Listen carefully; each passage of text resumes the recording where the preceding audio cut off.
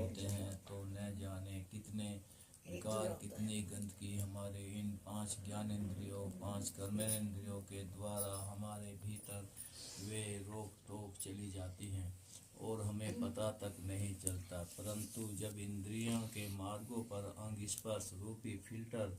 लगाकर मन व इंद्रियों को वश में करते हैं तो हमें इन सब विकारों को मन के पीछे तब पता चलने लगता है हमें क्या देखना था और क्या नहीं, क्या बोलना था और क्या नहीं, हमें क्या सुनना था और क्या नहीं, आदि आदि। इस प्रकार हमारे द्वारा कृत्य कार्यों का भी एक प्रवाह होता है जिसके अंतर्गत ऐसे ऐसे कार्य हमारे द्वारा हो जाते हैं जो होने नहीं चाहिए थे। वे सब कार्य या इस प्रकार सारे कार्य कभी अज्ञानवश, कभी स्वार्थवश, कभी लोभवश, कभी अहंकारवश, कभी कामवश, कभी मोहवश और कभी क्रोधवश हो जाते हैं और हम इसी अभिमान में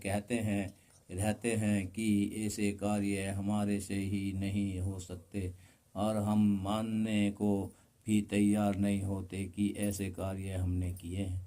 जब उन किए गए कार्यों का हमें फल प्राप्त होता है तो हम यह कह उठते हैं कि हमें ये कौन से कर्मों का दंड मिल रहा है। परंतु जब हम आत्मनिरीक्षण रूपी जाल फिल्टर लगाकर आत्मचिंतन करते हैं तो हमें उसकी अपनी सारी बुराइयां दिखाई देने लगती हैं। कहने का तात्पर्य यह है कि आँख ने सुंदर मनमोह रूप देखा